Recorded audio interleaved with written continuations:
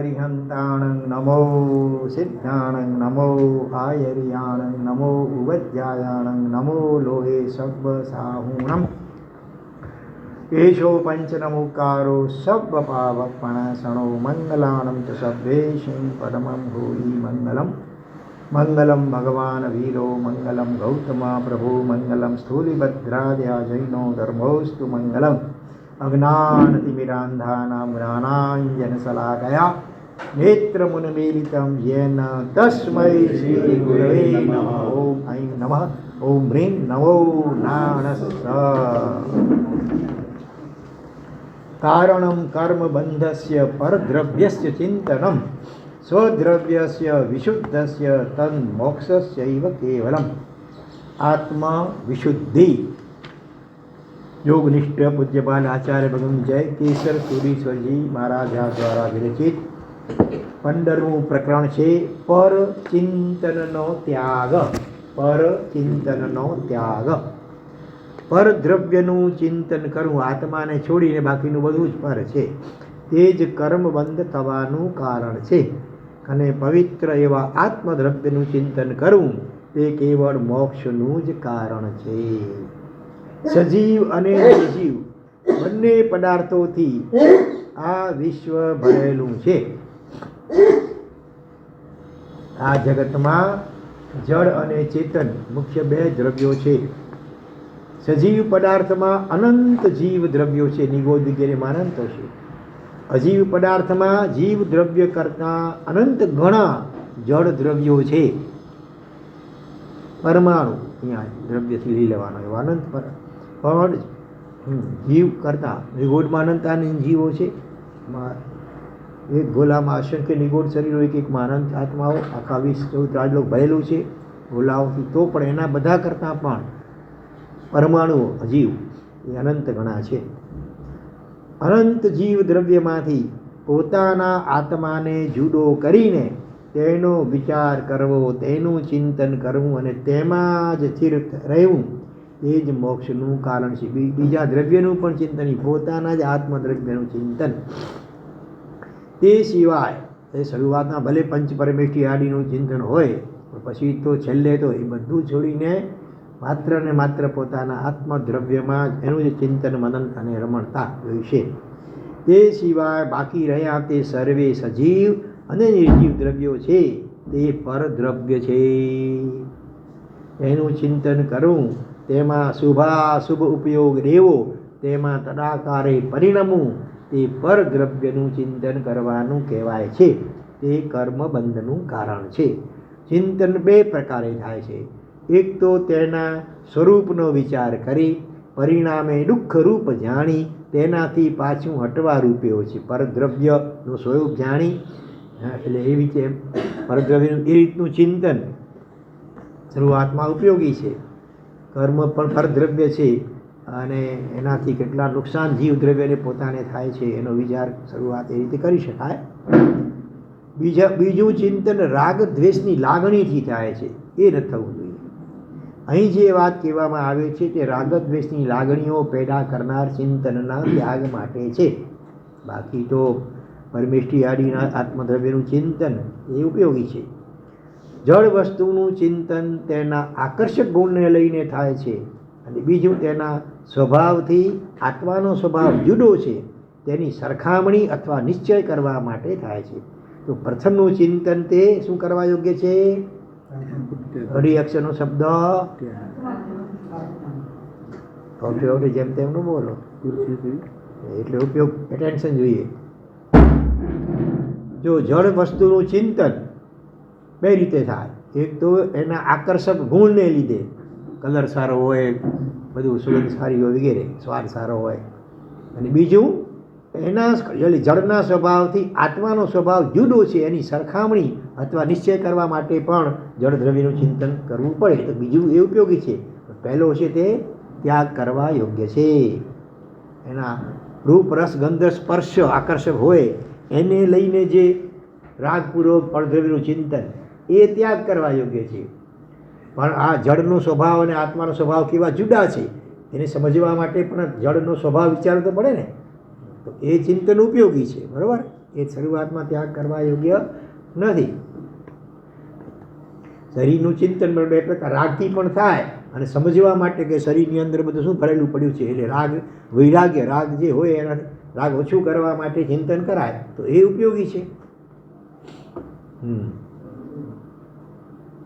તો બીજું ચિંતન વસ્તુ તત્વના નિર્ણય માટે કરીને તેનો નિશ્ચય થયા પછી જ ત્યાગ કરવા યોગ્ય છે. બરાબર. શરૂઆતમાં શરીરનું પણ જે ચિંતન છે એનું વાસ્તવિક ચિંતન જ્ઞાનીઓએ જે રીતેનું ચિંતન બતાવ્યું છે, અશુચિ ભાવના, અન્યત્વ ભાવના, શરીર મારાથી પર છે અને શરીર અશુચિનો ગાડવો છે ઇત્યાદિ પ્રકારે ચિંતન કરવું એ શરૂઆતમાં જરૂરી છે. પછી એ ચિંતન આત્મસાત થઈ જાય એકદમ, અને શરીર પ્રત્યેનો મોહ, મમતા, આસક્તિ છૂટી જાય, પછી કંઈ ઘડી અનુભવ ચિંતન કરવાની જરૂર નથી. પછી તો આત્મદ્રવ્ય અને એની વિશેષતાઓ, એના ગુણો, એનું જ વારંવાર ચિંતન કરવા યોગ્ય છે. એટલે ઓટોમેટિક બધા બાકીના પરદ્રવ્યનું ચિંતન પછી છૂટી જશે. આત્મવસ્તુના ચિંતનમાં પણ અનંત આત્મદ્રવ્યો છે જગતમાં. તેમાંથી જ્ઞાતા દ્રષ્ટાપણું, સુખ દુઃખના અનુભવ કરવાપણું પોતાનું પોતાને ઉપયોગી છે, અને પોતા માટે પોતામાં જ અનુભવો થાય છે. માટે બીજા અરિહંતાની પવિત્ર આત્મા સાથે પોતાના આત્મદ્રવ્યની સરખામણી કે નિશ્ચય કરી લીધા પછી પોતામાં જ સ્થિરતા કરવાની જરૂર છે. એકદમ એટેન્શન આપો, વચમાં ડિસ્ટર્બ કોઈ ન કરો. સમજાઈ ગયો? અરિહંતાદિનું સ્વરૂપ શરૂઆતમાં ઉપયોગી છે એનું આત્મચિંતન, પછી તો એ પણ એમના જેવું જ મારું આત્મદ્રવ્ય છે. બસ પછી પોતાના જ આત્મદ્રવ્યના ચિંતનમાં સ્થિર થવાની જરૂર છે. શરૂઆતમાં જળનું ચિંતન પણ જ્ઞાનીઓએ બતાવ્યું છે એ રીતે. પરદ્રવ્ય આત્મદ્રવ્યનું ચિંતન પણ જ્ઞાનીઓએ બતાવ્યું છે એ રીતે શરૂઆતમાં બંને ઉપયોગી થઈ શકે એમ છે. પણ છેલ્લે તો બધું જ પર છે. પંચ પરમેષ્ઠી પણ પોતાના આત્મદ્રવ્યથી પર છે છેલ્લે. પછી શરૂઆતમાં ઉપયોગી, છેલ્લે તો બધું છોડીને કેવળ પોતાના આત્મદ્રવ્યનું જ ચિંતન મનન, એમાં જ રમણતા, સ્થિરતા.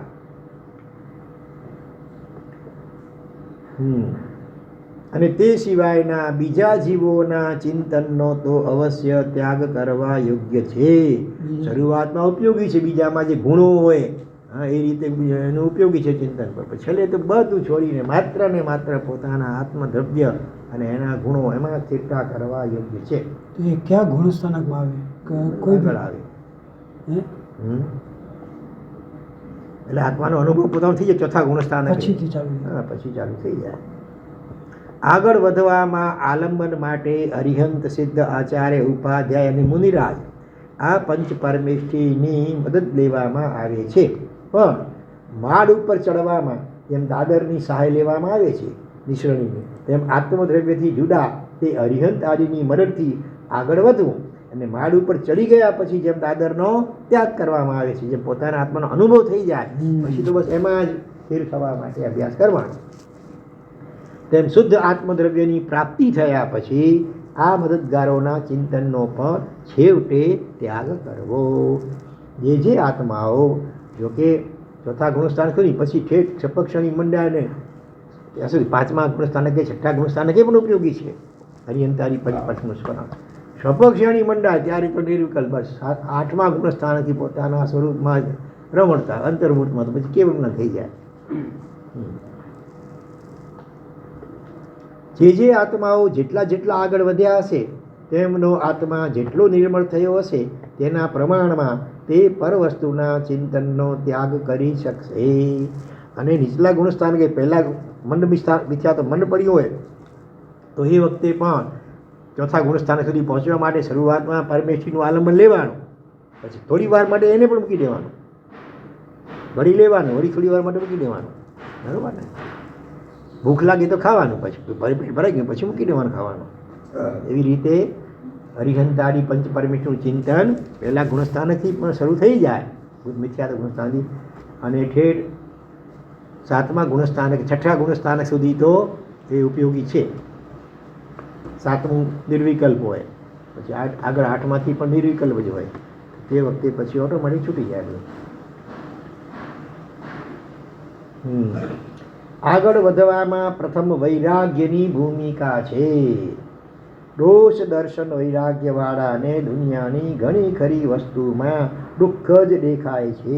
વિષયો, પાંચે ઇન્દ્રિયના વિષયો, એમાં એના સેવનથી આલોક અને પરલોકમાં કેવા દુઃખો પ્રાપ્ત થાય છે એનું ચિંતન શરૂઆતમાં જરૂરી છે. જ્યાં સુધી વિષયો તરફ ચિત્તવૃત્તિ ખેંચાયા કરે છે ત્યાં સુધી એમાં નુકસાન કે દોષનું ચિંતન પણ ઉપયોગી છે. દોષ દર્શન વૈરાગ્યવાળાને દુનિયાની ઘણી ખરી વસ્તુમાં દુઃખ જ દેખાય છે. તે દરેક વસ્તુની કાળી બાજુ જોઈને તેમાં દોષ જણાતા તેનો ત્યાગ કરશે. શરીરનો નેગેટિવ પણ, શરીર ઉપયોગી પણ છે સાધનામાં, અને બીજી આસક્તિ થતી હોય તો શરીરની અશુચિતાનું ચિંતન કરવું જોઈએ, નેગેટિવ સાઈડ ચિંતન કરવું જોઈએ. શરીરને નાની ગંદકીનો ગાડવો પણ કહ્યો અને શરીરને મંદિરની ઉપમા આપી, બરાબર ને. સાધના દ્વારા અંદરમાં આત્મદેવ ભગવાન આત્માનો અનુભવ કરવા માટે શરીર એ સાધન છે, ત્યારે એને મંદિરની ઉપમા આપી દીધી. અને એમાં કોઈ જીવ આસક્ત બનતો હોય અને રાગ મોહ વગેરે કરતો હોય તો ત્યારે પછી શરીરમાં ગંદકી છે એનું મુખ્યત્વે ચિંતન કરવાનું બતાવ્યું. સ્યાદ વાત છે. આવા ત્યાગની પ્રથમ ઘણી જરૂર છે.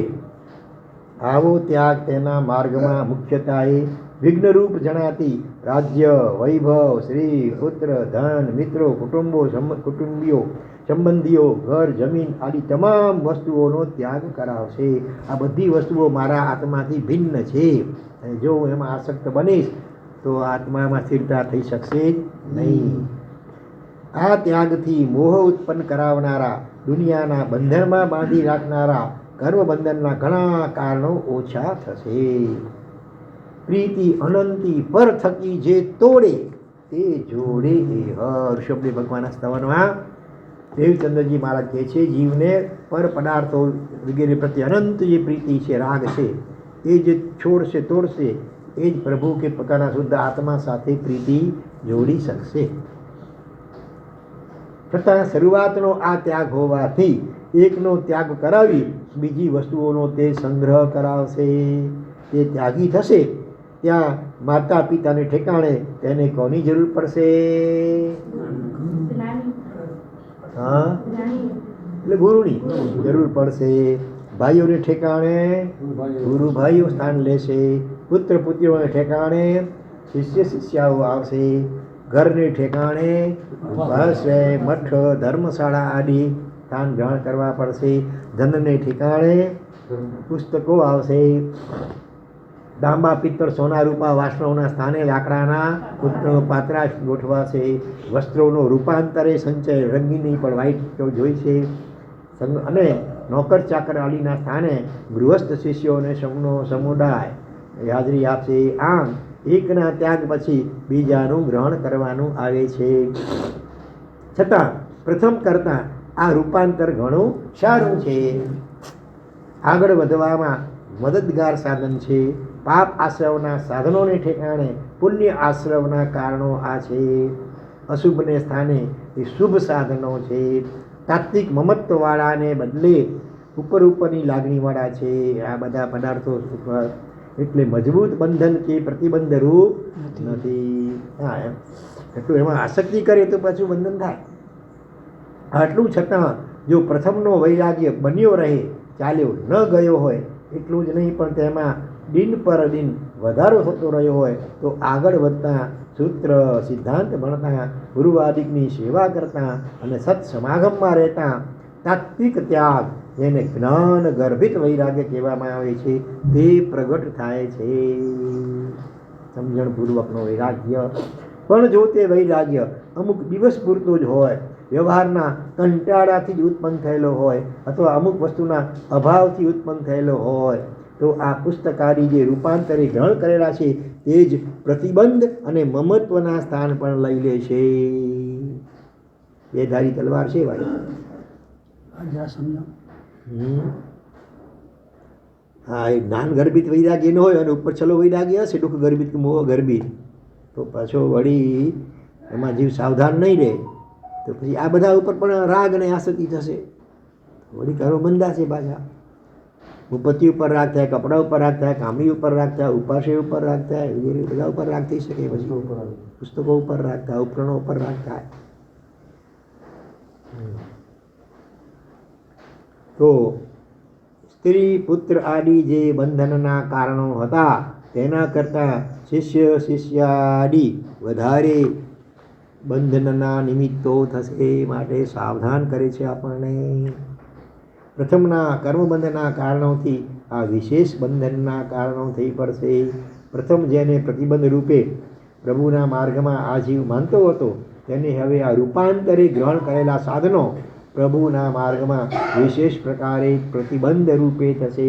આત્મભાન ભૂલાવશે, આસક્ત બનાવશે અને છેવટે આગળ વધવામાં આસક્ત બનાવી મૂકશે.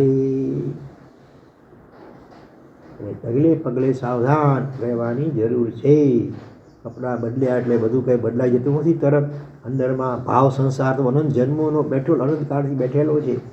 એટલે એ ક્યાંય પોતાનું જોર ન કરી જાય એટલા માટે તો જ્ઞાનીઓએ લગભગ 15 કલાક સ્વાધ્યાય કરવાનું કહ્યું છે. આખા 24 કલાકમાં સતત જરાક મન નબળું પડ્યું, એમ થાય કે આટલું ભણી આટલી ગાથા ઉકેલી દઈએ, આટલો સ્વાદ થઈ ગયો, હાલો હવે જરા થોડું મનોરંજન કરી લઈએ, જરા મસ્તી મજા ક્યાં કંઈ થોડુંક એમ તો થાય ત્યારે પાછું પટકાઈ જાય. 14 પૂર્વધરો પણ લપસાઈ ગયા. એટલે સતત હાથ હવે વાંધો નહીં એમ તો વિચારવું જ નહીં. સતત મનને શુભમાં જોડી રાખો. વચ્ચે વચ્ચે શુદ્ધનો પ્રયત્ન કરવાનો. બાકીના સમયમાં સતત ચિત્તને શુભમાં જોડી રાખવાનું.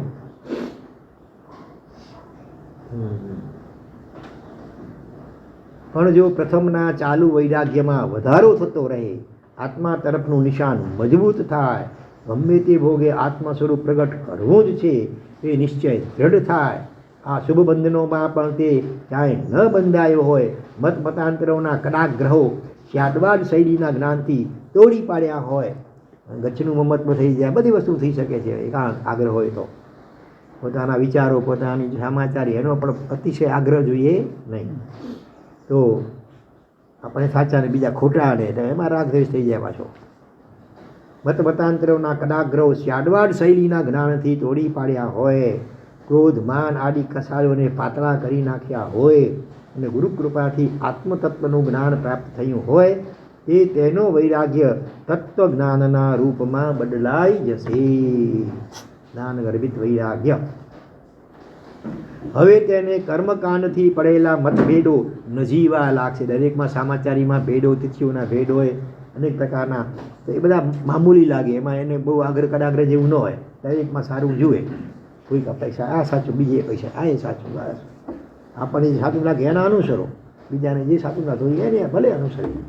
એમાં અમે સાચા ને તમે ખોટા ને એવી ભાંજગઢમાં પડવું નહીં. નવકાર મંત્રમાં આપણે હોય બોલીએ, બીજા હવે બોલે, તો આપણે હોય શા માટે બોલીએ છીએ સમજી લેવું ઘટે. કોઈ પૂછે તો આપણી પાસે જવાબ હોવું જોઈએ, બરાબર? શા માટે હોય હવે બોલો, કટાની ખબર છે. આપણે હોય બોલીએ છીએ, બીજી તબિયત વગેરે હવે બોલે છે શા માટે? 67 તો એટલે જ હોય ને હવાઈને કારણે. પણ હવે 67 સાચા કે 68 સાચા, હોય સાચું કે હવે સાચું? બંને સાચા, અલગ અલગ અપેક્ષા. હા, છેલ્લા 4 પદો છે એ અનુષ્ટુપ છંદ રૂપે છે. એ છંદનો જનરલ નિયમ એવો છે કે દરેક લીટીમાં 8 અક્ષર હોવા જોઈએ, બરાબર? કેશો પંચ નમુ કારો 8 થયા ને, સવ પાવ પણા સણો. અમારું જોડાક્ષર હોય એ અલગ એક એટલે એક જ અક્ષર ગણાય. સબ તો બ ડબલ છે તો એ એક જ ગણવાનું. જે મંગલાણમ છે સબ્બે છે, છેલ્લું જે પઢમમ અને હોઈ અને મંગલમ બોલીએ તો 8 થાય, હવઈ બોલીએ તો 9 થાય છે. હોઈને હવઈના અર્થમાં કોઈ ફરક નથી. હોય એટલે પણ છે, હવઈ એટલે પણ છે, બરાબર? અર્થની દૃષ્ટિએ કે વ્યાકરણની દૃષ્ટિએ પણ બંને બરાબર છે. વ્યાકરણમાં, પ્રાકૃત વ્યાકરણમાં છે કહેવા માટે 3 શબ્દો વપરાય, હોઈ, હવઈ અને હુવઈ. પણ હુવઈનો નવકારમાં પ્રયોગ નથી થતો, હોય અને હવઈ. તો જેને જે સમાચાર મળી હોય, આપણને હોઈની મળી છે તો એને અનુસરીએ, કોઈકને હવઈની મળી હોય તો ભલે એ એને અનુસરે. એમાં અમે સાચા ને તમે ખોટા ને એવી માથાકૂટ કે ભાંજગઢમાં પડવો નહીં. અર્થ બંનેનો સરખો છે અને દરેક નિયમમાં અપવાદ પણ હોય. તો 8 અક્ષર હોય એક લીટીમાં, એ જનરલ નિયમ છે. અપવાદ રૂપે ક્યારેક 9 અક્ષર પણ ક્યાંક જોવા મળે છે. તો એ દૃષ્ટિએ બહુ મોટો ભેદ નથી. એ રીતે પૂજા આપણે નીચેથી ઉપર કરીએ, એટલે ઉપરથી નીચે કરીએ, એમાં કંઈ ભાંગગઢમાં પડવું નહીં. આપણે ઉર્ધ્વગમન કરવું છે, મોક્ષ ઉપર જવું છે છેલ્લા, એટલે એ જ રીતે આપણે નીચેથી ઉપર કુંડલીની જાગૃત થાય, ભગવાનની વિશિષ્ટ ભક્તિ કરતાં કરતાં તો એ ઉર્ધ્વગમન કરે છે. છેલ્લે અહીંયા આવે ત્યાર પછી જીવને આત્માનો અનુભવ થાય. એ દૃષ્ટિએ આપણે નીચેથી ઉપર તરફ જઈએ છીએ. હવે લોકો ઉપરથી નીચે આવે છે, છેલ્લો પૂર્ણવિરામ નાભીમાં કરે છે. હા, એ લોકોને કદાચ ખબર નહીં પણ હોય, ભાઈ આમ શા માટે, તો ભાઈ ખબર નહીં, આમ જ મારા સાહેબે કહ્યું છે ને આમ જ ચાલ્યું આવે છે. એને એ સિવાયની કલ્પના પણ ઘણી વાર ન હોય કે બીજી પદ્ધતિ પણ હોઈ શકે. પણ આપણે આ રીતે વિચારી શકીએ કે આપણી નાભી પાસે 8 રૂચક પ્રદેશો છે, એ સર્વથા કર્મ રહિત છે, પણ 8 પ્રદેશ ક્યારેય પણ કર્મ લાગતા નથી. તો બસ આપણે બધા બાકીના આત્મનિર્દેશોને પણ એવા નિર્મલ બનાવવા છે, મને છેલ્લું પૂર્ણ વિરામ નાભીમાં કરે છે. તો એમાં એ દૃષ્ટિએ એ પણ બરાબર છે. આવું બધી બાબતોમાં વિચારી શકાય. અલગ અલગ એંગલથી એકબીજાથી ભિન્ન કે વિરુદ્ધ દેખાતી બાબતો પણ સાચી હોઈ શકે છે. તે અપેક્ષા એ તો મતલબમાં પડવું નહીં. તો પૂછવું હતું કે જન્મ મરણના ફેરા તોડવા માટે અહીંયા કરે છે, છેલ્લે નાભીમાં એટલામાં જન્મમાં ફેરા તોડવા એટલે એટલા માટે કે છેલ્લા ત્યાં 8 પ્રદેશો એવા છે, રૂચક પ્રદેશો કહેવાય છે. એના ઉપર નિગોળમાં આપણે હતા ને જ્યારે, ત્યારે પણ કર્મ લાગ્યા નહોતા, નહીં તો જીવ જળ થઈ જાય. હા, એટલે બસ આ લક્ષ્ય. એટલે બધા આત્મવિશ્વાસ શુદ્ધ થાય તો તેનો મરણના ફેરા ટળે. હા, જ કહું છું ને, હવે બધી જ્યોતિષની વસ્તુ છે, તમારો અભ્યાસ ન હોય એટલે એમાં બહુ કરવું નહીં. પણ એમને માટે એ બરાબર છે, આપણે માટે આ જે છે એ બરાબર છે. આવી ઘણી બાબતો પણ છે, એક બે નહીં. તો તમે સેમ્પલ 2 દાખલા આપ્યા હોય ને પૂજાની પદ્ધતિના. હા, એટલે એના બહુ પડવું. આપણે જે પરંપરા મળી છે એને અનુસરવું, બીજાને જે પરંપરા મળી એને અનુસરે. મૂળ વસ્તુ આત્માને ઓળખવાની છે. હવે આ બધી વસ્તુ ગૌણ છે, એટલે આ ગૌણ વસ્તુને એટલું બધું મહત્વ આપી દઈએ છીએ. એ મુખ્ય વસ્તુ છે એ સાવ જ ચૂકાઈ જાય, પડકે રહી જાય. એ નિમિત્તે રાગ દ્વેષ ઉત્પન્ન થઈ જાય. પાછા રાગ દ્વેષ છોડવા છે, એને બદલે એ ખુશ થઈ જાય. એટલી જુઓ શું કહે છે, હવેથી તેને કર્મકાંડથી પડેલા એટલે સમાચારીના મતભેદો નજીવા એટલે મામૂલી છે. અપેક્ષાએ તે બધા મતાંતરોના સવડા અર્થો અને નિર્ણયો કરી શકશે શાદવાર શૈલીથી. તેને મન પોતાનું અને પારકું હવે રહેશે નહીં. બધા જીવ માત્ર પોતાના, કોઈ પારકું પોતાનું કે પારકું નથી. પછી કોઈ પણ ગચ્છ કે સંપ્રદાય કે સમૂહ હોય એના પ્રત્યે અભાવ ન હોય, અથવા બધા પોતાના છે તેવો દિવ્ય પ્રેમ પ્રગટ થશે. હા, બધા જ સુધૈવ કુટુંબકમ શિવમસ્તો સર્વ જગત એવો ભાવ આવશે. ગમે તે મતનો હોય છતાં આ ગુણીને દેખીને તે મતાંતરવાળાને પણ પ્રેમ અને પૂજ્ય બુદ્ધિ પ્રગટ થશે. આત્મજ્ઞાની પછી કોઈ પણ ગચ્છમાં હોય, જઈને કોઈ ઇતર પણ હોય, ગ્રસ્ત હોય કે સંન્યાસી કે સાધુ વિગી હોય, બધા પ્રત્યે આદર ઉત્પન્ન થવો જોઈએ. તેનું નિશાન એક સત્ય આત્મા જ રહેશે. બસ તેની નજરોમાં હજારો માર્ગો દેખાઈ આવશે, અને કોઈ પણ માર્ગે પ્રયાણ કરનારને કાં તો તેનું નિશાન બદલાવીને અથવા તો તેની અપેક્ષા સમજાવીને બીજા માર્ગ તરફ અપ્રીતિ કે દ્વેષની લાગણી બંધ કરાવી શકશે. બરાબર, આપણાથી કોઈ હવે જો ભક્તિ માર્ગવાળો ભક્તિ એને ગમશે, જ્ઞાનવાળાને જ્ઞાનનું ચિંતન એમાં જે ગમશે. એને ભક્તિ માર્ગવાળો આમ જાણે વેવલું લાગશે. આપણે કવન ખાય એને કોઈ રડે ને, તો જે જ્ઞાન માર્ગવાળો હશે એને આ લાગે આ શું વેવલા વેળા છે રડવાનું ને. એકચ્યુઅલી એની માટે એ બરાબર છે, એની ભૂમિકા હૃદયની જે છે એ એનાથી માર્ગે પહોંચશે. જ્ઞાનવાળો જ્ઞાનથી પહોંચશે, ધ્યાનવાળો ધ્યાનથી પહોંચશે. એમ અલગ અલગ હોય છે. સરવાળે છેલ્લે તો બધા એક થશે, છેલ્લે બધા નિર્વિકલ્પ સ્થિતિ આવવી જોઈશે. ભક્તિ ધારવા લાવો, ધ્યાન દ્વારા લાવો કે બીજું કોઈ રીતે લાવો. વડની વડવાઈઓ છે ઘણી બધી, કોઈ જેને જે નજીકમાં લાગે એને એ પકડી લો અને નથી ઉપર પહોંચી જાઓ. મૂળ વાત ઉપર પહોંચવું છે તો પછી આ જ વડવાઈથી પહોંચે એવું થોડું છે. કોઈ પણ વડવાઈથી પહોંચી શકાય છે ઉપર વડ ઉપર. પાલીતાણામાં જવું હોય તો કોઈ કેટી બાગથી ચડે, કોઈ જયતરીથી, કોઈ રોહિશાળાથી ને કોઈ શત્રુંજય નદીથી. બધા આખરે તો ઉપર ભેગા થાય છે.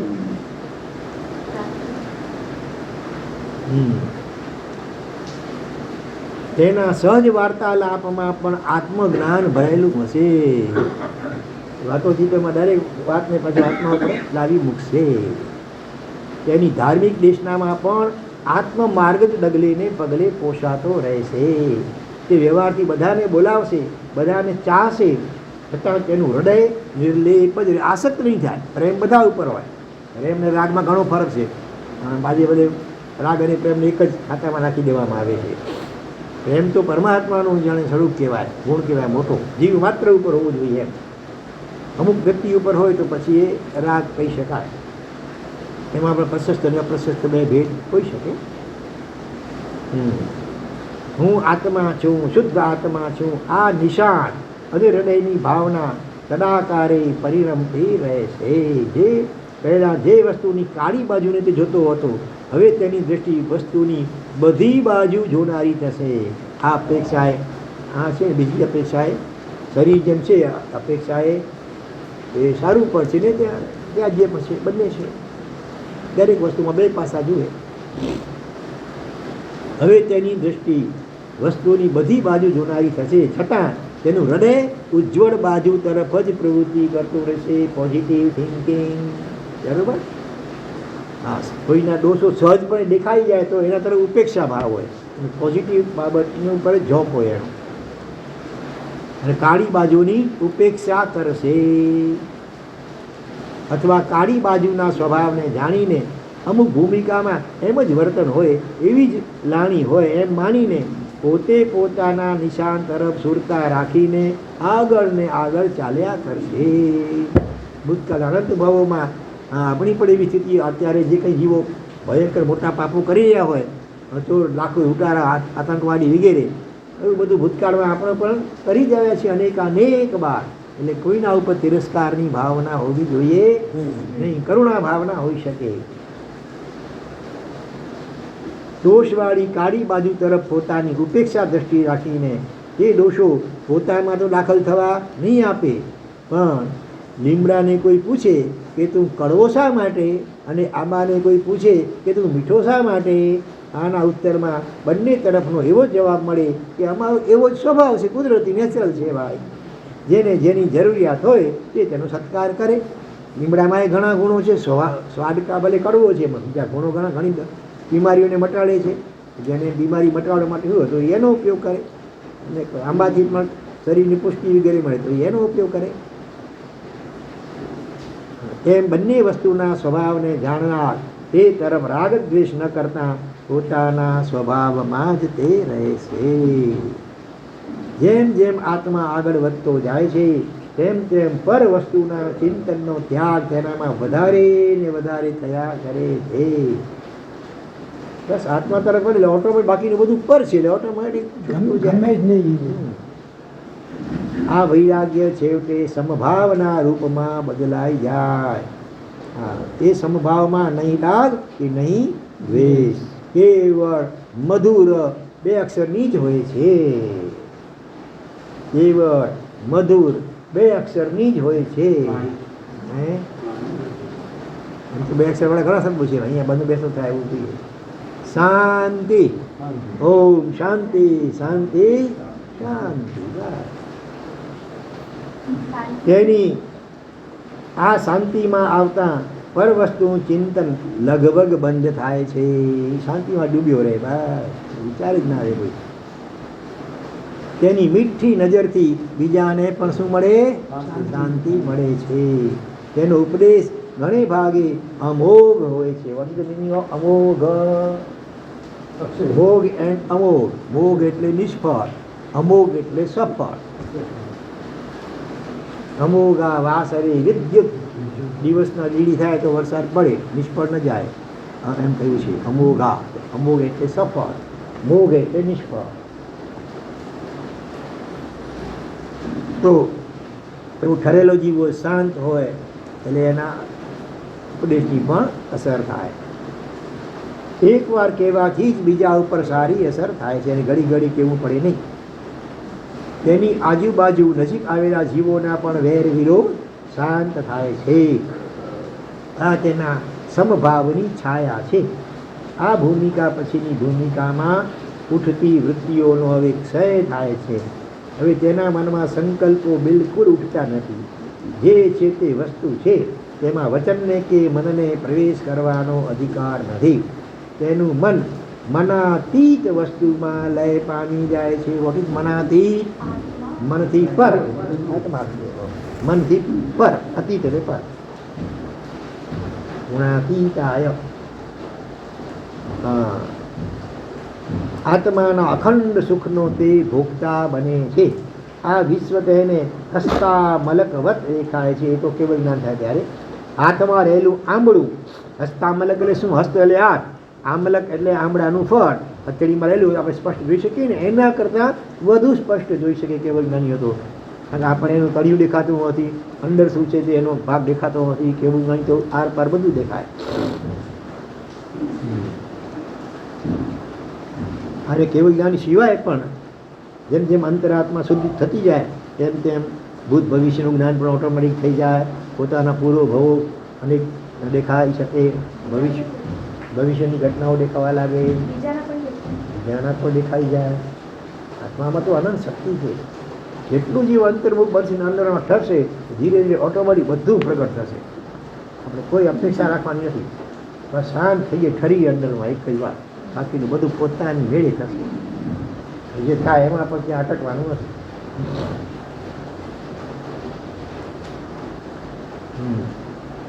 આ સર્વ પ્રતાપ આત્મા સિવાય અન્ય વસ્તુનું ચિંતન ન કરવાનો જ છે. શુદ્ધાત્મા શું, શુદ્ધાત્મા શું, એમાં જ કરો. આ પર વસ્તુના ચિંતનનો ત્યાગ આમ ક્રમશર વૈરાગ્યની વૃદ્ધિથી અને સત્ય તત્વના જ્ઞાનથી બને છે. આત્મરેવ તમે ચિદાનંદ સ્વરૂપ છો.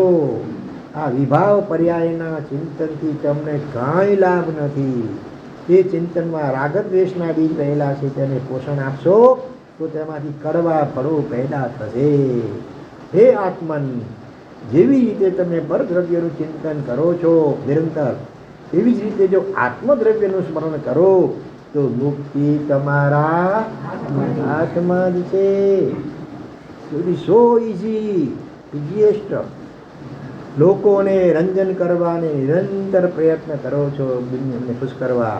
એવો પ્રયત્ન જો તમારા આત્માને માટે કરો તો મોક્ષ પદ તમારા માટે ખાલી જગ્યા નથી. દૂરને માટે પર્યાવરણ છે. બીજું શબ્દ બોલો, છ ઉપરથી, છ ઉપરથી છેટું નથી. બસ આટલું. આમ પરને રંજન કરવા તે વિભાવ પરિણામ છે. બીજાને ખુશ કરવા પ્રયત્ન કરવા. અને આત્મા સ્વભાવ રૂપ છે. સ્વભાવ દશામાં આવ્યા વિના તાત્વિક સુખ નથી. માટે હે જીવ, ગુરુ પાસેથી આત્મજ્ઞાન મેળવ. અન્ય સંગનો ત્યાગ કરી આત્માનું અવલંબન લઈ તેમાં સ્થિર થા. હું ચોક્કસ કહું છું કે આ પરદ્રવ્યનો અવશ્ય વિયોગ થશે. માટે તેમાં પ્રીતિ ન કર. જો રાગ કર્યો પરદ્રવ્યમાં તો વિયોગ થશે, ત્યારે આત્મ ધ્યાન વગેરે થશે. તત્વદ્રષ્ટિવાળાને શું ત્યાગ કરવા યોગ્ય નથી? અર્થાત સર્વ છે. આત્મ સ્વરૂપની પ્રાપ્તિ વિના રાજ્યથી, સ્ત્રી વગેરેથી, ઇન્દ્રિયોના વિષયોથી, કલ્પવૃક્ષોને કામધેનુ આદિથી પણ કદાપી કોઈ કૃતાર્થ થયો નથી અને થશે પણ નહીં.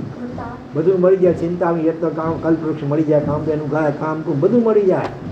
કોઈ દેવતા સિદ્ધ થઈ જાય, કોઈ યક્ષ, કોઈ નહીં, તમે જે કોઈ લાવી આપે તો એ તૃપ્તિ કે શાંતિ થશે નહીં. શું પૂછું? કૃતાર્થ એટલે કૃત્ય. કૃત્ય એટલે કાર્ય, કૃત્ય એટલે કરી લીધું, બધું જ કાર્ય કરી લીધું, હવે કાંઈ કરવાનું બાકી એને કહેવાય કૃતાર્થ અથવા કૃતકૃત્ય. સિદ્ધ ભગવાન તો સબ્બહા કય કિચ્છા સિદ્ધા શરણમ. આવે પંચસૂત્રમાં કય કિચ્છા એટલે કૃતકૃત્ય. કરવા યોગ્ય બધા જ કાર્યો કરી દીધા, હવે કાંઈ કહેતા કાંઈ કરવાનું બાકી રહ્યો નથી. સર્વસ્વ ત્યાગી, ઈચ્છા રહિત, સામ્ય એટલે ક્ષમતામાં આરૂઢ, તત્વજ્ઞ, વિવેકી અને પોતાના સ્વરૂપમાં આસક્ત થયેલ આત્મા પોતાના પૂર્ણ સ્વરૂપને પ્રગટ કરે છે. ફરીથી, સર્વસ્વ ત્યાગી, ઈચ્છા રહિત, ક્ષમતામાં આરૂઢ, તત્વજ્ઞાની, વિવેકી અને પોતાના સ્વરૂપમાં જ આસક્ત થયેલો આત્મા પોતાના પૂર્ણ સ્વરૂપને પ્રગટ કરે છે. પ્રકરણ 16. નિર્જરા સ્થાન. કર્મોને ખરવું એને નિર્જરા કહેવાય. નિર્જનમ સુખદમ સ્થાનમ ધ્યાનાધ્યયન સાધનમ રાગદ્વેષ વિમોહાનામ શાંતનમ સેવતે સુધી. અર્થાત બુદ્ધિમાન સુખદાયી નિર્જન સ્થાનને સેવે છે. કારણ ત્યાં અવર જવર અલ્પ હોય તે ધ્યાનમાં અને ભણવામાં સાધનરૂપ છે. ધ્યાન કરવું હોય કે અભ્યાસ કરવો હોય, ગાથા કોઈ વગેરે હોય તો બને એટલો અવર જવર ઓછી ન હોય એવું સ્થાન એ સાધનરૂપ છે. તથા રાગદ્વેષ અને મોહને શાંત કરનાર છે. નિમિત્તવાસી આત્મા છે. જરાક નિમિત્ત મળે એટલે તરત અંદરમાં કંઈક ને કંઈક વિકલ્પો ઉઠે રાગદ્વેષના. એટલે નિમિત્તથી બને એટલું છેટું રહેવું, જ્યાં સુધી ઊંચી ભૂમિકા આત્મસાત નથી થઈ ત્યાં સુધી. જેને આત્માનું સાધન જરા કોઈ આવ્યો ઉપાય તરત ધ્યાન જાય ને, ગાથા આમ મૂકતો ને વળી રામ જાય ને. નિમિત્તવાસી આત્મા છે ભાઈ, એટલે બને એટલું ફીટ બાજુ મોઢું રાખીને કે ખૂણામાં ફીટ બાજુ બોઠો તોય વળી આમ જોઈ લે, વળી આમ જોઈ લે. જેને આત્માનું સાધન કરવાનું છે, ધર્મશાસ્ત્રોનો અભ્યાસ કરવાનો છે તથા ધ્યાન કરવાનું છે, તેઓને મનુષ્ય આદિના સંસર્ગ વિનાનું સ્થાન ઘણું ઉપયોગી છે. સંસાર પરિભ્રમણ કરવાથી જેઓ થાક્યા છે, કંટાળ્યા છે, આત્માનું ભાન ગુરુ કૃપાથી મેળવ્યું છે, મનને નિર્મલ તથા સ્થિર કરવાના સાધનો જાણી લીધા છે ને તે પ્રમાણે વર્તન કરવા તૈયાર થયેલ છે, એવા આત્માઓને મનુષ્ય, પશુ, સ્ત્રી, નપુંસક આદિ વિનાનું સ્થાન સુખદાયી છે. બ્રહ્મચર્યની 9 વાળમાં પહેલી વાળ જ આ છે કે કેવા સ્થાનમાં રહેવું. આજે મુંબઈ વગેરે શહેરોમાં બહુ અઘરું છે આ બધું પાલન થવું. ઉપાસની સામે બધા ઘર હોય ને બારીઓ ખુલ્લી પડી હોય ને ટીવી સામે ટીવી દેખાતા હોય ને બહુ મુશ્કેલ છે. એટલે સંયમ જેને સારું પાડવું એને માટે તો ગામડા જ શ્રેષ્ઠ છે. હવે ગામડામાં વસ્તી આપણી ઘટતી જાય છે, ઇતર વસ્તી વધતી જાય છે, ન છૂટકે પછી આવવું પડે છે. બાકી તો શહેરોમાં તો 15 માસ કહેતા કોણ આવી શકે? જેમ ફાયર બ્રિગેડ હોય ને, આગ લાગી હોય તો બરાબર બખ્તર પહેરીને જાય તો એ જઈ શકે. જેનું તેનું કામ નહીં જાય તો પોતે બળી જાય, બીજાને બચાવવા પોતે બળી જાય ત્યાં. એવી રીતે ગુરુ કૃપાથી વર્ષો સુધી સંયમ સારી રીતે પાડ્યું હોય, વૈરાગ એકદમ દૃઢ મજબૂત હોય, અંતર આત્મામાં લીન થયેલા હોય એવા ગીતાર્થ હોય એને જ શહેરમાં વધતી શહેરોમાં મુખ્યત્વે રહે છે. એટલે બંબાવાળા તો આગ લાગે ત્યાં દોડી જવું પડે ને આગની અંદર પણ કૂદવું પડે. શહેરોમાં જ મોટે ભાગે અનેક પ્રકારના પાપાચારો ચાલે છે અને વસ્તી પણ મોટે ભાગે ત્યાં થઈ ગઈ. એટલે એ રીતે જીવોને પ્રતિબોધ પમાડવા માટે એવા જે પ્રૌઢ હોય, એકદમ નવદીક્ષિત હોય અને પાછા યુવાન હોય ને એને માટે શહેરોમાં રહેવું બહુ જોખમ છે. છતાં ન છૂટકે હવે રહેવું પડે સંજોગ વસાત તો બહુ સાવધાન રહેવું બને. તો ભીખ બાજુ મોઢું ક્યાં જેવું ક્યાં ઉગે છે ને હાથમાં ખબર ન હોય. ચંદ્રશેખર મારા શરૂઆતમાં 10-15-20 વર્ષ સુધી એવું આવી જીવ્યા. એમના ગુરુ પ્રેમસુરીમાં બહુ વિશિષ્ટ શાસન પ્રભાવક હતા. અનેક સંઘોના અધિકારીઓ આવતા હોય, અનેક પ્રકારના આંદોલનો ચાલતું હોય, શાસ્ત્રોના અનેક શાસનના પ્રશ્નોની ચર્ચાઓ થતી હોય વર્ષોથી. એમને કશી જ ખબર ન હોય ત્યાં ઉગ્યો ને ત્યાં હાથમાં એવા સ્વાધ્યાયમાં લીન પડ્યા હોય. જ્યારે જુઓ ત્યારે અપૂર્વ અવસર એવો ક્યારે આવશે? હા, એ તો હતા. એમાંથી પ્રેરણા લઈને આપણે પણ કંઈક દ્રઢ સંકલ્પ કરીએ. પછી અમે અનેક લોકો તમારા દાખલા આપે કે ફલાણા મહારાજ એટલે કહેવું પડે. જ્યારે પણ તમે જાઓ ફલાણા મુમુક્ષુ ભીત બાજુ મોઢું ને ગાતા જ ગોખતા શ્રદ્ધા જ કરતા હોય, કંઈ આડું અવડું જોઈએ જ નહીં. હા, એમ તમારી પણ અનુભવના કરીને લોકો પામી જાય, વગર ઉપદેશે પામી જાય. એવું કરવાનું છે. આ તો થોડીક વાર ગાથા ગોખી એટલે બસ હવે છૂટતા એવું નહીં. તો જેને આત્માનું સાધન કરવા આવ્યું સંસાર મનુષ્યે ઉપરની બધી વસ્તુનો ત્યાગ કર્યો હોય છે. બ્રહ્મચર્ય પાળવાનો અને ક્રોધ આદિ ન કરવાનો નિયમ લીધો હોય છે. છતાં સત્તામાં તે કર્મો રહેલા તો હોય છે. કાંઈ નિયમ લેવાથી એ કર્મો ચાલ્યા જતી નથી. ક્યારેક નિમિત્ત વસાત, ક્યારેક વગર નિમિત્તે પણ અંદરમાં ક્રોધ આદિની લાગણી ઉત્પન્ન થઈ શકે છે. પણ નિયમ પ્રમાણે વર્તન કરવાથી ધીમે ધીમે તે કર્મનો થતો ઉદય નિષ્ફળ કરવામાં આવે છે. કર્મનો ઉદય થાય, મનમાં કોઈ એવી વિશિષ્ટ લાગણી જાગે, પણ સ્વાધ્યાયમાં લીન પડી હોય એટલે એને બહુ મોકો મળે નહીં. તો ધીરે ધીરે અગ્નિ હોય અને એમાં બળતણ ન મળે તો અગ્નિ પોતાને ઠરી જાય ધીરે ધીરે. અને તે દ્વારા કર્મનો ક્ષય થાય છે. પરંતુ નિમિત્તો બળવાન છે. નિમિત્તોને લઈને સત્તામાં પડેલા કર્મો ઉદીરના રૂપે થઈને જે મોડા ઉદયો આવવાના હતા એ વહેલા બહાર આવે છે. એને ઉદીરના કહેવાય. કર્મનો ઉદય એટલે પોતાની બધી ક્રમસર આવે છે ઉદયમાં, અને ઉદય કહેવાય. પણ જે મોડા ઉદયમાં આવવાના હતા એ નિમિત્ત વસાત ક્યારેક વહેલા ઉદયમાં આવી જાય શુભ કે અશુભ કર્મ, એની ઉદીરના કરી કહેવાય. હા, ઉદીર્ણા એટલે આપણે પોતે કરી શકીએ સારું ને ખરાબ તપ વગેરે છે એ કર્મના ઉદયના રૂપે છે ને, કર્મને વહેલા ઉદયમાં લાવીને ખપાવવા માટે તપસ્યા છે 12 પ્રકારની. અચ્છા.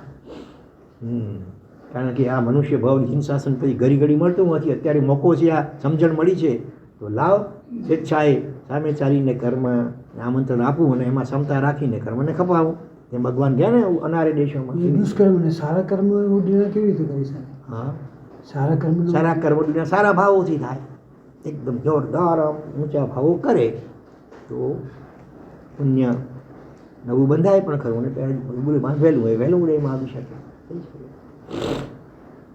આપણે એની બહુ ચિંતા કરી, આપણે આત્મભાવમાં રહેવું, પછી બધું સારું થશે ઓટોમેટિક. સમજવામાં. હા, બરાબર છે. તો આ વખતે તે સાધકની જો પૂરેપૂરી તૈયારી ન હોય, ઉદય આવેલા કર્મને નિષ્ફળ કરવા જેટલું બળ તેની પાસે ન હોય, તો ઉદયમાં આવેલા કર્મો જીવને તેના માર્ગથી ભ્રષ્ટ કરે છે. યથારથનેમી. બરાબર, નિમિત્ત મળ્યું, ગુફામાં મન ચલાયમાન થયું, પણ આ તો સારું છે કે સામે પાત્ર જોરદાર હતું, એવું જોરદાર એને શું કહેવાય ચાપખા લગાવ્યા વચનના, કે મોહનો નશો ઉતરી ગયો. એટલે નિમિત્તવાસી આત્મા ભલભલાને નિમિત્ત લગાવી દે. ચરમ શરીર તદ્ભવ મોક્ષગામી હતા, છતાંય મન ચલિત થઈ ગયું. કેટલી ખતરનાકતા હોય છે. માટે નિમિત્તથી બને એટલા છેટા રહેવું. આગની નજીકમાં જાઓ તો ક્યાંક બળી જવાય, અને આગથી છૂટા જ રહેવું. સાપનો ડર હોય તો રહીને ચાલીએ ને, જેમ ભલે અંદર સાપ હોય કે ન હોય તો પણ છૂટા ચાલીએ. એમ બધા નિમિત્તોથી બને એટલું અળગા રહેવું. આમાં શું છે, આટલામાં શું થઈ જાય, એમ કરવાનું જરાક ઉપેક્ષા કરી તો ગયા. એક ડગનું પડે તો ધીરે ધીરે ખીણમાં પડે. પછી હા, પણ પછી બહુ ડરીને કંઈ ચાલવું જ નહીં, એવું નહીં કરવા તો હું ચાલીશ તો પડી જઈશ તો ઠોકર વાગશે તો એને કાંઈ બેઠો રહે સારું. માર્ગ ચલતે જો ધીરે તાકા નહીં અફસોસ, કહેત કબીર બેઠા રહે તાકા બડા અફસોસ. રસ્તે ચાલતા કહે કોઈકની ઠેસ વાગી જાય, પડી જાય તો બરાબર પટ્ટી પેટાપીંડી કરી લેવાય. એના માટે કંઈ ઘરથી બહાર જ નીકળાય નહીં. હા, હવે આ કેટલો અકસ્માતો આજકાલ થાય છે, તો પછી અહીંયા રહેશો ને, ક્યાંય નહીં જાઓ ને મુંબઈ વગેરે બધા, જે થવા આપણે શક્ય એટલી સાવધાની રાખીએ, બાકી જેવી ભવી તેવી હતા. એના માટે કંઈ બેસી ન રહેવાય. એટલે આવા કોઈ નિમિત્ત દાખલા આવે પણ એટલા માટેથી કંઈ ગભરાઈને પીછેડ કરવાની જરૂર નથી, પણ સાવધાની રાખવાની જરૂર છે. એટલે આ અનુબંધની કેટલી ખતરનાક શક્તિ છે કે ક્યારે બી જીવને. તો એટલા ખાતર આવા નિમિત્તોથી દૂર રહેવાની જરૂર છે. જેમ ઘાસ વિનાના સ્થાનમાં પડેલો અગ્નિ બાળવાનું કાંઈ ન હોવાથી પોતાની મળે બુઝાઈ જાય છે, એમ નિમિત્તોના અભાવે સત્તામાં રહેલું કર્મ દબાઈ રહે છે, અને ધીમે ધીમે આત્મબળ વધતા જીવને તેના માર્ગથી પતિત કરવાનું તેનું બળ ઓછું થઈ જાય છે. અને આત્મજાગૃતિ વખતે ઉદય આવેલા કર્મ આત્મસત્તા સામે પોતાનું જોર વાપરી શકતા નથી. જેમ કોઈ બળવાન છતાં ગફલતમાં રહેલા રાજાના શહેર ઉપર બીજો રાજા ચડી આવે, તે વખતે રાજાની પાસે લડવાની સામગ્રીની તૈયારી ન હોવાથી પોતાનો બચાવ કરવા ખાતર તે રાજા શું કરે, પોતાના શહેરના દરવાજા બંધ કરે અને અંદર ખાનેથી તેટલા વખતમાં બધી તૈયારી કરી લે. શત્રુને હટાવવાની શક્તિ મેળવીને પછી તે રાજા પોતાના શત્રુ પર એકી વખતે હલ્લો કરે છે અને શત્રુને હરાવે છે. આ દ્રષ્ટાંતે આત્માની આગળ ઉપશમ ભાવનું એ કર્મક્ષય કરવાનું બળ નથી હોતું. એવા પ્રસંગે મોહ શત્રુ તેના ઉપર ચડાઈ કરે છે.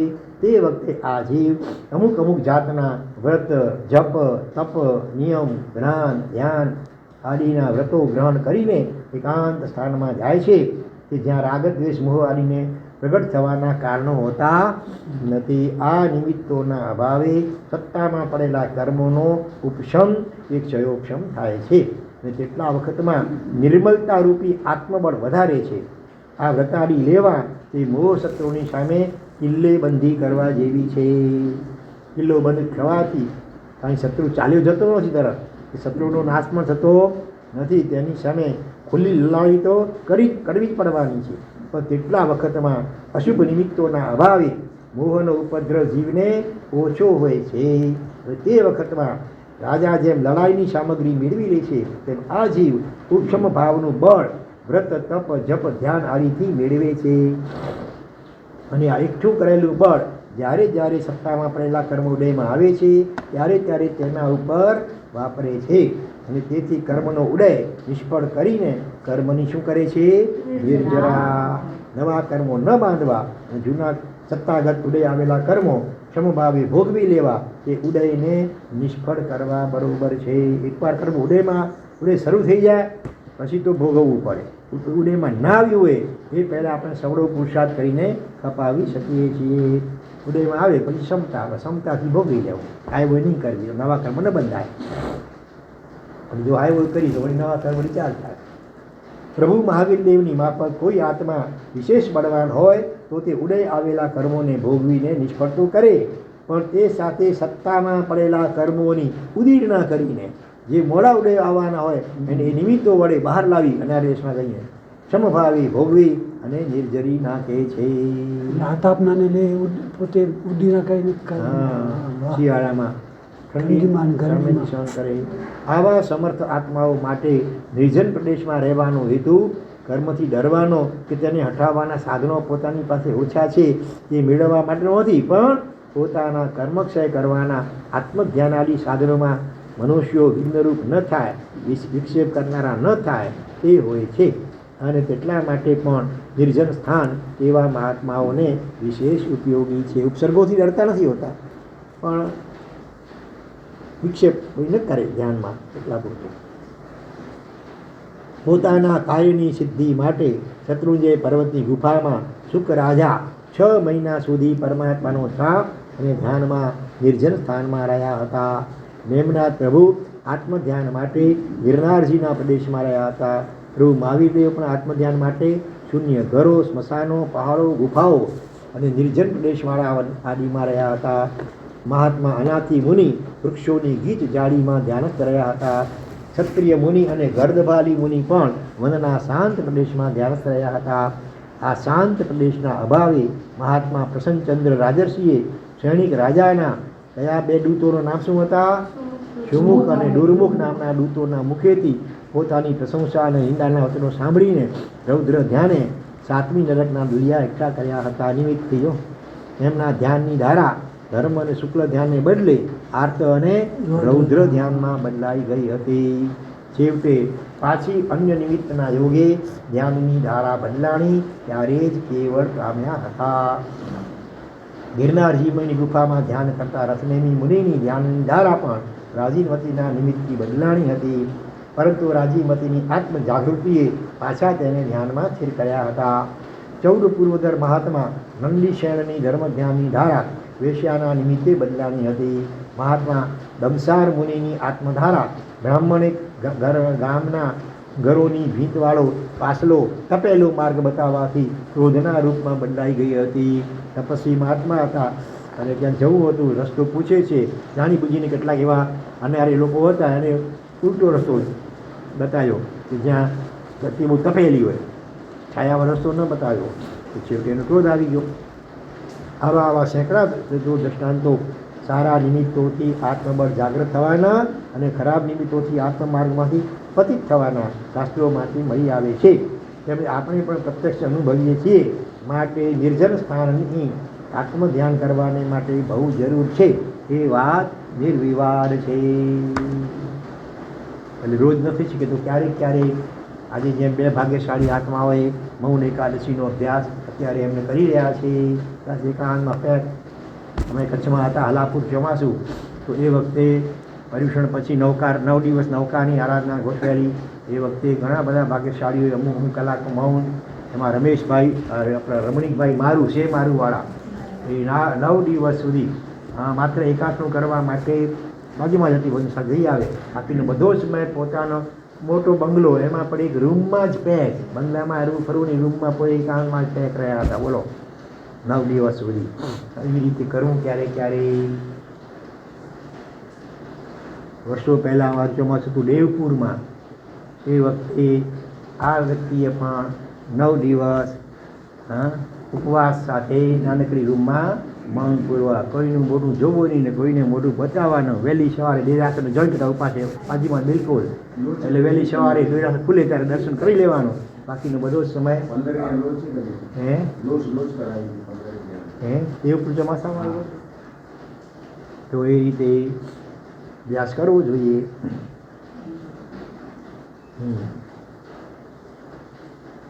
પછી 10 દિવસ અમે રહ્યા હતા એવી રીતે એ શત્રુંજય ડેમ ઉપર. એ વખતે અચરતભાઈ નામે એક વિશિષ્ટ આત્મસાધક હતા. રોજના 9-10 કલાક મૌન કરતા, મૌન અને એકાંત લગભગ, અને બાલ બ્રહ્મચારી હતા. તો એમની મતલબ માર્ગદર્શન પ્રમાણે શત્રુંજય ડેમનો જે ઉપાસન હોલ અને ચારે ખૂણે એક રૂમ, દરેક એક રૂમમાં એક જણાને 10 દિવસ સુધી એકદમ પુરાઈને રહેલા. ફક્ત દેરાસરે સવારના દર્શન કરવા હોય તો એ પણ નીતિ દોષી લખીને કોઈની સામે આંખો મિલાવી નહીં, અને વળી નીતિ માટે બહાર જવાનું હોય એટલા પૂરતી વખતે પણ નીતિ નિયત રાખો, કોઈની સાથે આમ જવાનું નહીં. બાકીનો બધો સમય અંદર એકાટનું કરવાનું હોય, અને જે બહાર છૂટા હોય દરવાજા પાસે મૂકી દે, ગોઠવી ટકોરો કરે એટલે હળવેથી લઈ લેવાનું, અંદર આપીને બહાર મૂકી દેવાનું, બાકી બહાર નીકળવાનું નહીં. આવી રીતે રહ્યા હતા. હું હતો, મારા સંસારીભાઈ દીપકભાઈ હતા. આ મહાત્મા 3 દિવસ રહ્યા, પછી મૂંઝવણ થઈ એટલે બહાર આવી ગયા હતા. સહેલું નથી કાંઈ, એકદમ કોઈ હળવું મળવું નહીં, બિલકુલ ન રહે. કામનાવાડી છે, જૂની કામનાવાડી. હા જી, 84, 85, 86 તરુભાઈ માથું એક રૂમમાં રહેતા હતા. એક મહિને કોણ? કબુભાઈ જરૂરતના ભાઈ માં હતી. આપ જેવું કહ્યું છે, ગોઠવે જે કોઈ ચીની બોરી આવે તો બહાર રાખે, ટક કરે લઈને ગપશું વાપર્યું. જો બીજા દાખલા કેવા જોરદાર છે એવો. અમરેલી પાસે લીલિયા ગામ, મોટા લીલિયા, નાના લીલિયા, ત્યાં વસંત દીદી કરીને એક છે સાધિકા. તો એ 14 વર્ષ ઘરના આંગણામાં સાધના રૂમ નાનકડો એની અંદર રહ્યા. શરૂઆતમાં 10 વર્ષ ક્યારેક એકાદ કલાક બહાર આવતા, તે પણ જિજ્ઞાસુઓના પ્રશ્નોનો જવાબ આપવા, સમાધાન કરવા પૂરતું જ, ખાલી સત્સંગ માટે, બીજું નહીં કારણ. છેલ્લા 4 વર્ષ ટોટલી અંદર. હા, બિલકુલ કોઈનું મા બાપને પણ મોટું બતાવવાનું નહીં, જોવાનું નહીં, કશું નહીં. ખાલી નાનકડી ખીડકી હોય એમાંથી થાળીએ સવારના દૂધને આપણે ફ્રૂટ જેવું આવી જાય. ઘણી વાર તો એ સાંજ સુધી એમને પડી હોય, એ તો બેસી જાય સવારના પળમાં અંદર, એમાં અંદર ખોવાઈ જાય, સાંજ પડી જાય, ખાવાનું એમને મળી જાય. આવા આત્માઓ આ કાળમાં પણ છે. અમે એમના ઘરે જઈ આવ્યા છીએ. એ હવે એકલા છે એટલે એ રીતે હોય, છતાં સત્સંગીઓ આવે તો સત્સંગ થાય. તો બીજા બી એવા દાખલાઓ છે કે વર્ષો સુધી બિલકુલ એકાંતમાં અને મૌનમાં જ રહ્યા હોય. કોઈને મોટું જોવું નહીં, કોઈને મોટું બતાવવાનું નહીં, સતત અંદરમાં જ રહેવાનું. નિમિત્તથી અનુભવ થઈ જાય પછી જ આ રહી શકાય. એટલો ટાઈમ તો કેમ રહી શકાય? અથવા તીવ્ર વૈરાગ્ય, તીવ્ર રુચિ હોય આત્માને. અનુભવ ભલે ન થયો હોય પણ રુચિ તીવ્ર જોઈએ અને વૈરાગ્ય તીવ્ર જોઈએ, તો રહી શકાય. રહે છે ને યોગેશભાઈ જુઓ, એ તો ભલે હવે અનુભવ થઈ ચૂક્યો હોય કદાચ, પણ શરૂઆતમાં અનુભવ ન થયો હોય ત્યારે પણ જો રુચિ આત્માની તીવ્ર લગ્ન લાગેલી હોય તો પછી બધું થઈ શકે. એમાં પછી આવશ્યક ક્રિયાઓ પણ નહીં કરવાની. હા, એ કરી લેવાની, એ તો કરી લેવાની ને, એ અંદર પોતે કરી લેવાની. સગવડ હોય. અને જે આવા જૈનેત્ર આત્મા હોય, હવે એને તે માટે કંઈ આવશ્યક એવું કદાચ ન પણ હોય, હવે એની અંદર ધ્યાન મારે. એવા વિશિષ્ટ જે હોય ને એને માટે પછી એ જ એમાં આવી જાય, ધ્યાનમાં બધું આવી જાય. તો આવા સેંકડો દૃષ્ટાંતો સારા નિમિત્તોથી આવી ગયો ને. સદબુદ્ધિ, સમભાવ, તત્વાર્થનું ગ્રહણ, મન વચન કાયાનો નિરોધ, વિરોધી નિમિત્તોનો અભાવ, સારા નિમિત્તોની હયાતી, રાગદ્વેષાદીનો ત્યાગ અને આત્મ જાગૃતિ, એ સર્વ આત્માની વિશુદ્ધિના જેમ પ્રબળ નિમિત્ત કારણો છે, તેમ ધ્યાન માટે નિર્જન સ્થાન એ પણ એક ઉત્તમ નિમિત્ત કારણ છે. રાજસ્થાનમાં એવા 2 બહેનો અમારા ખ્યાલમાં છે, અને અમે જોયા છીએ બંને એને અલગ અલગ ઠેકાણે. એક તો પચપદરા ગામ, એમાં નામ અત્યારે બોલાય છે, બહુરત્ના સુંદરામાં દ્રષ્ટાંત એમના આપેલા છે. એ પણ ઘણા વર્ષો સુધી અંદર ગુફામાં રહ્યા, અને અમે જ્યારે ગયા હતા ત્યારે પણ મોટે ભાગે મૌનમાં જ રહેતા હતા. ખાલી દિવસના 1 કલાક આમ બારીની બહાર આમ હોય બહારથી તમે દર્શન કરી શકો માત્ર 1 કલાક પૂરતું. બોલે કાંઈ નહીં, તમે કાંઈ પણ પૂછો તો રામ, બસ એ સિવાય બીજો કોઈ શબ્દ બોલવાનું નહીં. અને એ વખતે કોઈ પણ એક જ ફળ આખા દિવસમાં એક જ વખત લેવાનું. કેળું હોય તો એક જ કેળું આખા, પછી પાણી દૂધ નહીં, ચા નહીં, કોફી કશું જ નહીં. સફરજન હોય, ચીકુ હોય કે જે હોય, કોઈ પણ એક ફળ તે એક જ વખત લઈ લેવાનું. બસ આખા દિવસ બાકી સતત અંદરમાં ધ્યાનમાં જ રહેવાનું. અને કંઈ કશું નહીં બીજું. અમુક સમય દૂધ ક્યારેક ખાલી દૂધ ઉપર એક દૂધ લઈ લેવાનું ખાલી, એવી રીતે રહેતા હતા. બરોબર. સતીલાલભાઈ કઈ વસ્તુ વાપરે છે? બરોબર. કોઈ પણ ગઈકાલે ખીચડી ખાધી. બરોબર છે. બહુ રચના સુંદર. જો આ કાઢવા આપણી વચ્ચે પણ આવા આત્માઓ છે. બીજા એક રણુજાથી થોડેક દૂર એક નાનકડું ગામ, ત્યાં અમે જસેલમેરથી પાછા આવતા હતા, એ સાંભળવા મળ્યું એટલે સ્પેશિયલ ખાસ અમે એવી રીતે ફેરો ખાઈને ત્યાં ગયા એ ગામમાં. ત્યાં પણ બેન હતા, એક ચારણબેન હતા. એ પણ લગભગ 12 વર્ષ એક રૂમમાં જ અંદર ગયા અને સતત સાધના કરતા રહ્યા. એ દૈવી સાધક હતા, આત્માને બદલે હિંગળાજમાના ઉપાસક હતા. પણ એ પછી જ્યારે આદેશ મળ્યો હશે 12 વર્ષ પછી, ત્યારે એ બહાર આવ્યા. ખૂબ તેજસ્વી બાલ બ્રહ્મચારી, એમને પણ કર્યા નથી ને કરવા પણ નહોતા એમને. બરાબર. એટલે એવા આત્માઓ અનેક છે. પછી રાજસ્થાનમાં થઈ ગયા એક બાલા સતીજી થઈ ગયા. બાલા સતીજી એના નાની ઉંમરમાં એના પતિ ઓફ થઈ ગયા. આઘાતને કારણે 3 દિવસ તો કાંઈ ખાધું પીધું નહીં.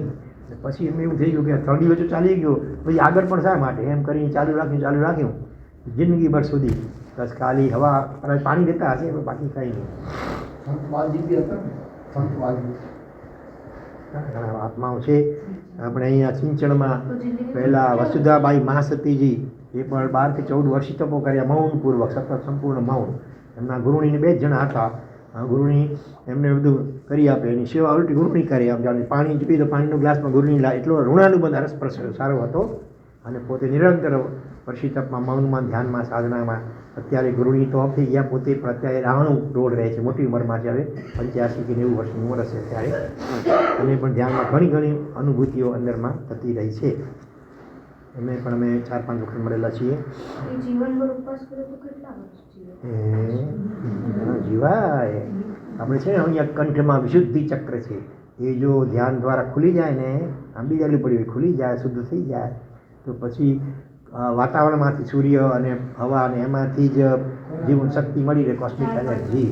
બસ પછી એને કાંઈ ખાવું ન પડે ને પીવું ન પડે. એવા થઈ ગયા ને હમણાં જે એવા તરફ થયા. કયા સંત ઓલા રથનીવાલા બાબા, છાપાઓમાં આવેલું, મેગેઝિનોમાં આવેલા ફોટા સહિત. ડૉક્ટરો અને વૈજ્ઞાનિકોએ પણ એની 15-20 દિવસ સુધી મશીનો દ્વારા ચેકિંગ કરતા રહ્યા. હા, કંઈ ખાતો રાતના કંઈ ખાતો નથી, એકાંતમાં ખાતો નથી લેતા ને, સતત જોઈશ. હીરા રતન માને એ છેલ્લે 2-3 લિક્વિડ લેતા હતા, દૂધ ને છાશ, ચાય, પાણી, ચાય ને છાશ, 3, દૂધ નહીં. હા, 411 ઉપવાસ કર્યા, 211 ઉપવાસ કર્યા. એ સૂર્ય કિરણોની સાધના કરીને કર્યું. એટલે આત્મા બીજા પણ એવા દ્રષ્ટાંતો વાંચ્યા છે કે વર્ષો સુધી જિંદગીભર નિરાહારી રહ્યા, કાંઈ આહાર નહીં, વાતાવરણમાંથી જ એને એનર્જી મળી રહે. બસ સતત. પણ આ એટલું ધ્યાન અંતર્મુક્ત અને ધ્યાન જીવ આગળ વધે ને તો ધીરે ધીરે ઓટોમેટિક આ બધા આધ્યાત્મિક ચક્રો ખુલવા લાગે અને અનેક પ્રકારની વિશિષ્ટ લબ્ધિઓ, સિદ્ધિઓ, આવી શક્તિઓ પ્રગટ થઈ જાય. કદાચ શબ્દ અડધો એક દવા, અંતર્મુખ બનો. ચાલો.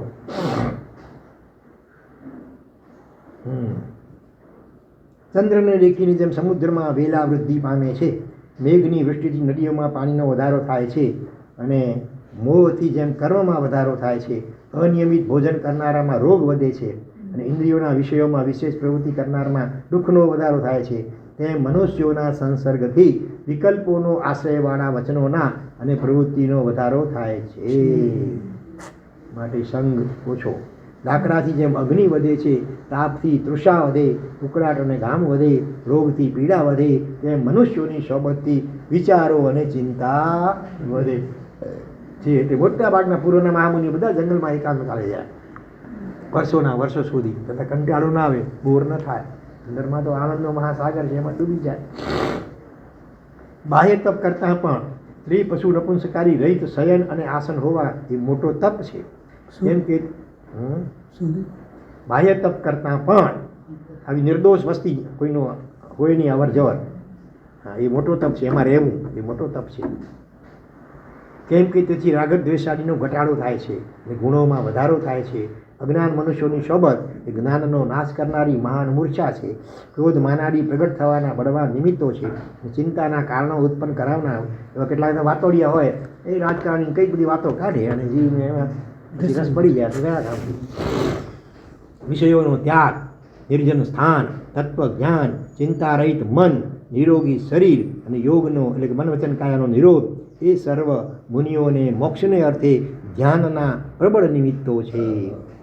એટલે જ મુનિવાર ઘણીવાર નદી કિનારે ધ્યાન કરવું હોય ને તો કાં નદી કિનારે બગીચો કે એવા વૃક્ષો હોય મોટા ઘટાદાર એની નીચે, કારણ કે ઓક્સિજન વધારે છોડે વૃક્ષો, એટલે મન જલ્દી શાંત થઈ શકે.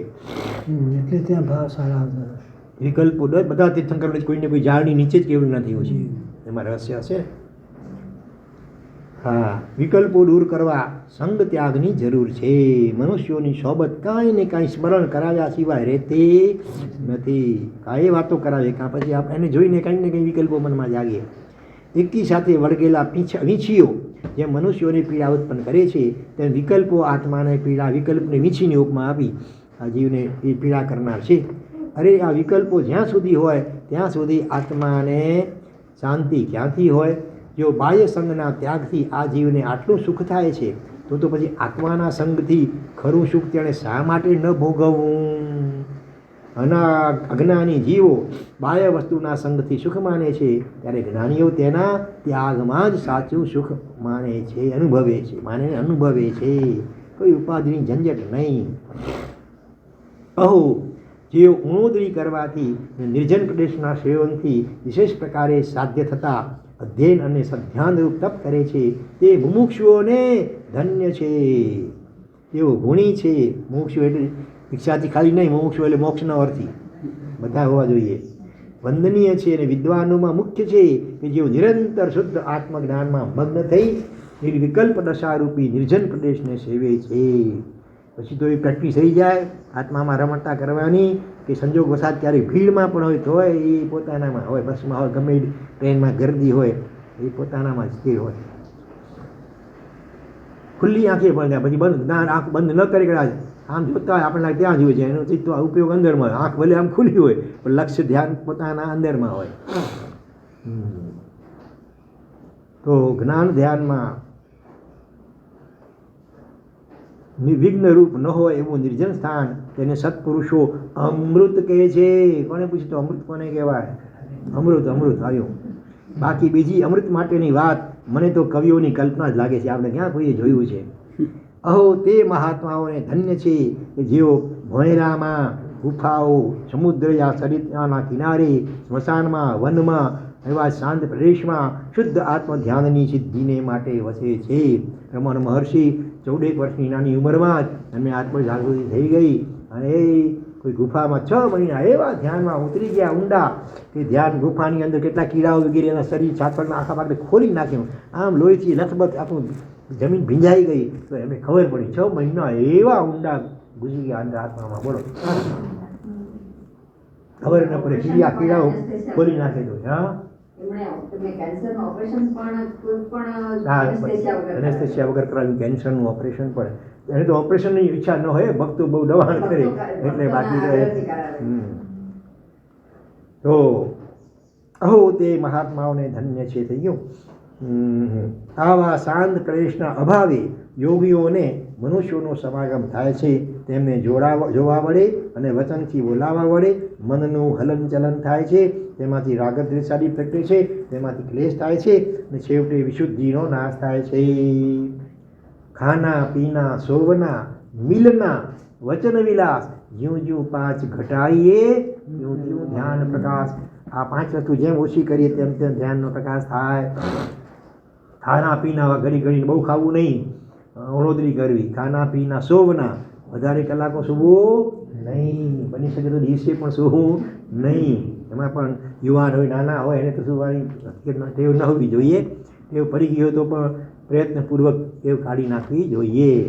હાલા પીના સોવના મિલના, બહુ હળવું મળવું લોકો સાથે વાતો કરવી, એના કારણે ચિત્ત બહિર્મુખ બધું બને છે. અને વચન વિલાસ, વધારે પડતું બોલવું, એનાથી ઘણી એનર્જી એમાં વપરાઈ જાય છે. ઓછું બોલવું, કપૂરતું બોલવું. વિશુદ્ધિ વિના શુદ્ધ ચિદરૂપનું ચિંતન બરાબર થતું નથી, અને તેના વિના કર્મોના નાશથી પ્રગટ થતી આત્માની અનંત શક્તિઓ બહાર આવતી નથી. માટે જ વિવિક્ત સ્થાન, વિવિક્ત એટલે એકાંત સ્થાન ક્લેશ નાશનું કરનાર અને મુમુક્ષુ યોગીઓને પરમ શાંતિનું કારણ છે, એમ મહાત્માઓએ સ્વીકારેલું છે. બસ હવે 2 પ્રકરણ બાકી રહ્યા. આવતીકાલે સર્વમંગલાનું વિષ થશે, પછી વળી બીજું સ્મરણ પછી શરૂ થશે 2 દિવસ માટે. વિશેષ અગ્રે વર્તમાન વિનાગિચ્છામિ દુક્કડમ સર્વમંગલ માંગલ્યમ સર્વકલ્યાણ કારણમ પ્રધાનમ સર્વધર્માણામ જય જય. મારી ભાવના એવી હતી કે આજે જરાક વહેલા 10 મિનિટ આપણે કરશું, પણ હવે 5 ઉપર 5 થઈ ગઈ છે. હવે સિંહાસન ડોલાયમાન થવા લાગી પછી, એટલા માટે હું જરા કહેતો જલ્દી ચાલો, બધા જલ્દી પહોંચીએ. રોજ ખ્યાલ રાખો, હવે જરા 3:45 આવી જાય તો 10 મિનિટ આપણે છેલ્લે બધા ભેગા થઈને બેસીએ. સર્વમંગલમાંગલ્યમ સર્વકલ્યાણકારણમ પ્રધાનમ સર્વધર્માણામ જૈનમ જયતિ શાસનમ.